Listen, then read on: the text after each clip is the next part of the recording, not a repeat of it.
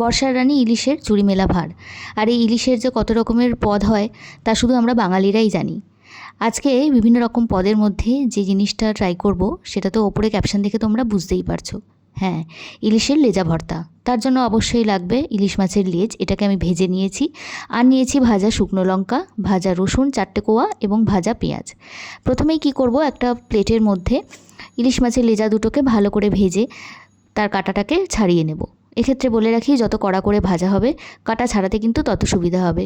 বড় ইলিশ মাছের কাঁটা ছাড়াতে গিয়ে আমাকে একটু বেগ পেতে হয়েছে, তাই আমি 2টো হাত ব্যবহার করেছি। এরপর ভালো করে কাঁটা ছাড়ানো হয়ে গেলে তার মধ্যে সর্ষের তেল, নুন, ভেজে রাখা পেঁয়াজ, রসুন এবং শুকনো লঙ্কা এগুলো সব কিছু দিয়ে সুন্দর করে ডলে ডলে মেখে নিতে হবে। এক্ষেত্রে যত ভালোবাসা দিয়ে মাখা হবে ভর্তা থেকে স্বাদ কিন্তু তত সুন্দর আসবে। তো এই আমাদের ইলিশ মাছের ভর্তা এখানে রেডি। দেখতেই পাচ্ছ কি অসাধারণ লাগছে দেখতে। তো দুপুরবেলা গরম গরম এই এক থালা ভাত, এই ধরনের ভর্তা জাতীয় কিছু থাকলে পুরো কিন্তু একবারেই শেষ হয়ে যায়, আর কিন্তু কিছুই লাগে না। এর আগে আমি কোনো দিন ইলিশ মাছের ভর্তা খাইনি, তো আমারও এটা প্রথমবার।